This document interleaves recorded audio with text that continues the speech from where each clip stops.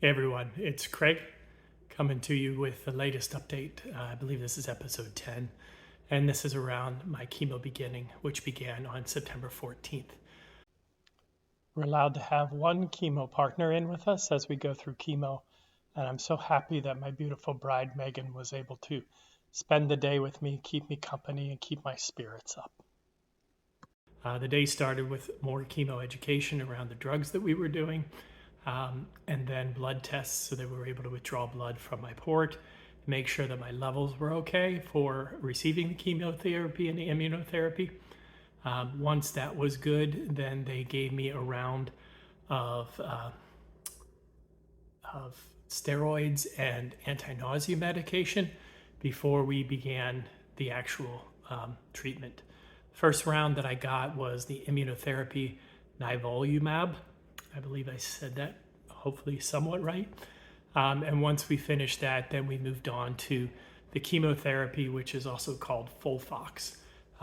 Each of the drugs was administered individually over a couple of hours. And then the last part was hooking me up to a pump that was going to deliver the last chemo drug over the next 48 hours. It was easier than I thought. Thursday went well. Unfortunately, that led me into a false narrative that I was going to be okay. Friday morning was okay. Friday afternoon, I got really sick. And it was hard, and I know it was hard for Megan to watch. It's hard because I know I need to drink water to stay hydrated and to flush the chemo out of my system. But that also makes me full, and I also need to be eating protein to keep my weight up to make sure that I can continue with the regimen. So it's been a struggle this first round. It's Saturday, and I'm still not quite feeling right. I know they said I'd have one bad week and then one good week.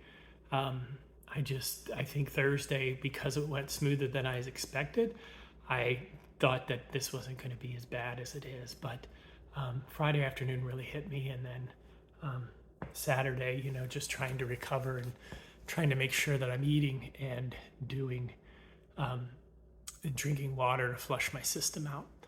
I am experiencing more nausea than I thought. So I've started taking the nausea medication on a regular basis. So that's been tough. And so we'll just continue on, and we'll take it one day at a time and pray that this is doing what it needs to do. So I know we have a lot of people thinking and praying for us and sending care packages and gift cards for meals and all those things. And I truly appreciate that, and for everyone's thoughts. So I just want to say thank you. In terms of a gratitude moment, this was a tough one to dig out, considering how I'm feeling. But I am grateful for the treatments that have been developed for cancer patients. So as I sat in the infusion center for most of the day on Thursday, hearing other patients that were using different types of chemotherapy and different treatments, it's just really a true blessing that we have a lot of tools in the arsenal to help fight these cancers. Certainly would love to see a cure, but I'm glad that there's tools that can be used to fight the cancer. And one thing that was really neat as well is, I think I had mentioned previously that I have free access to a nutritionist, which is great because we get to hear that from her, get some guidance.